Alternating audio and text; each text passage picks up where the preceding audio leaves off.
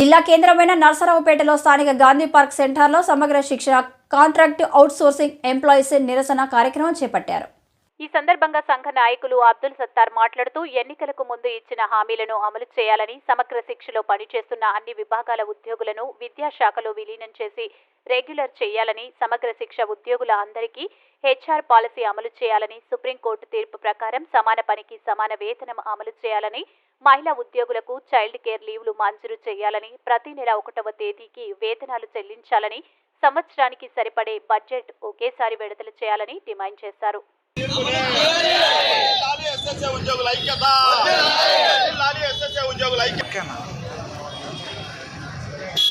Sir, మేమంతా SSA వింగులో అన్ని విభాగాల ఉద్యోగస్తులు ఈరోజు ఇక్కడ సమ్మె కూర్చోవడం జరిగింది.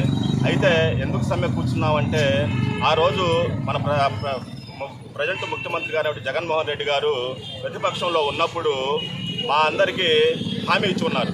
ఏమని చెబితే, ఆ రోజు మామూలుగా ప్రతిపక్షంలో ఉన్నప్పుడు ఏం చెప్పారంటే, ఎవరైతే క్వాలిఫికేషన్స్ ఉండి కాంట్రాక్ట్లో కానీ అవుట్సోర్సింగ్లో కానీ ఉద్యోగస్తులు అయితే చేస్తున్నారో, మీరు చేయకపోతే, ఎవరు అధికార పార్టీ వాళ్ళు చేయకపోతే, ప్రతిపక్షంలో ఉన్నాం మేము వచ్చిన తర్వాత అధికారంలోకి వచ్చిన తర్వాత వీళ్ళందరికీ వాళ్ళ క్వాలిఫికేషన్స్ బట్టి, వాళ్ళకి ఏజ్ని బట్టి మేము తప్పకుండా రెగ్యులర్ చేస్తామని చెప్పి అసెంబ్లీ సాక్షిగా ఆ రోజు హామీ ఇచ్చి ఉన్నారు.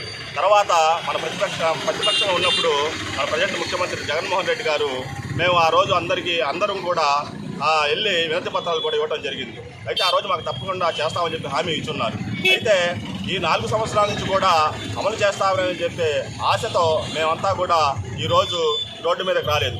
ఈరోజు ఆంధ్రప్రదేశ్ మొత్తం 28 రాష్ట్రాల్లో కూడా ఆంధ్రప్రదేశ్ ఈరోజు ప్రథమ స్థానంలో ఉందంటే, అన్ని విభాగాల్లో ఏ విభాగాన్ని చూసుకోండి, మీ అందరికీ మీడియా వాళ్ళకి కూడా తెలుసు. ఈరోజు పేపర్లో కూడా ప్రకటిస్తున్నారు, మీ మీడియా వాళ్ళు కూడా చెబుతున్నారు. ఏమని చెప్పి ఈరోజు ఆంధ్రప్రదేశ్ అన్ని రంగాల్లో కూడా ప్రథమ స్థానంలో ఉందని చెబుతున్నారు. దీనికి కారణం ఏంటి? దీనికి కారణం ఎవరు?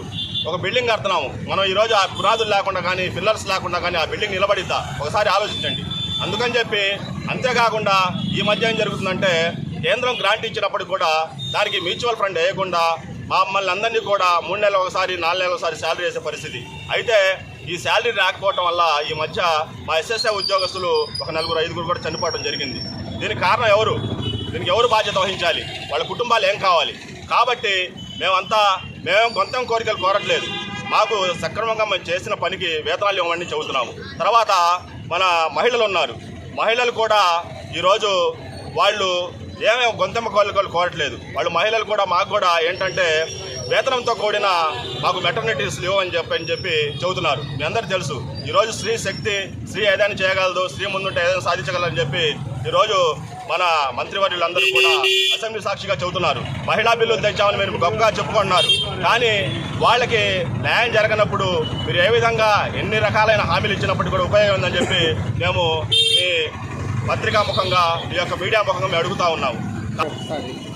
సమ్మె సైరన్ మీరు మోగించే ముందు ఆల్రెడీ యూనియన్ సంఘాలకు సంబంధించి కాకుండా వ్యక్తిగతంగా కూడా అక్కడికి వెళ్ళడం జరిగినప్పటికీ కూడా 9 గంటల నైట్ 9 గంటల దాకా ఉన్నా కూడా ఎవరు కూడా లోపలికి పిలిచిన పరిస్థితి లేదు, మాతో మాట్లాడిన పరిస్థితి లేదు.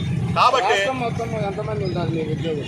రాష్ట్రం మొత్తం మీద ఒక 3,000 మంది ఉన్నాం సార్. మేమంతా 20,000 మంది ఉండటం జరిగింది. 26,000 ఉన్నాం అంతా. కాబట్టి ఈరోజు అందరూ కూడా 26,000 మంది కూడా ఈరోజు ధర్నా చేసే పరిస్థితి ఈరోజు వచ్చింది మాకు.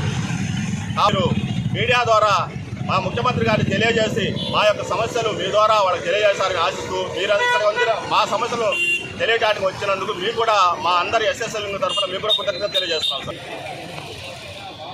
నా పేరు నాగభూలక్ష్మి అండి. నేను అమరావతి ఎంఆర్సీలో ఎంఐఎస్ కోఆర్డినేటర్గా గత 12 సంవత్సరాల నుంచి పనిచేస్తున్నాను. మొత్తం మేము సమగ్ర శిక్షా ఉద్యోగులు మన రాష్ట్రం మొత్తం మీద 26,000 మంది పనిచేస్తున్నామండి. డేటా ఎంట్రీ ఆపరేటర్లు, ఎంఐఎస్ కోఆర్డినేటర్లు, అకౌంటెంట్లు, మెసెంజర్లు, సిఆర్ఎంటీలు, పార్ట్ టైం ఇన్స్ట్రక్టర్లు, ఐఈఆర్టీలు, ఇలా మొత్తం 26,000 మంది పనిచేస్తున్నాము.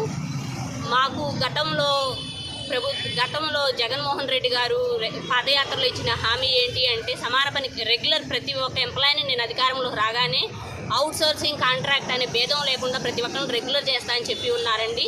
కానీ మా 26,000 మందిలో కనీసం ఒక్కరిని కూడా రెగ్యులర్ చేసిన దాఖలాలు లేవు. దానికి మేము గౌరవనీయులైన సుప్రీంకోర్టు ఇచ్చిన ఆదేశాల ప్రకారం ప్రతి ఒక్కరిని రెగ్యులర్ చేయాలని డిమాండ్ చేస్తున్నామండి.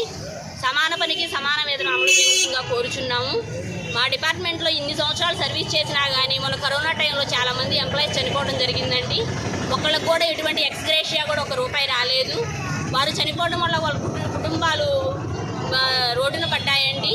వాళ్ళకి కారుణ్య నియామకం ఇవ్వాల్సిందిగా కోరుచున్నామండి.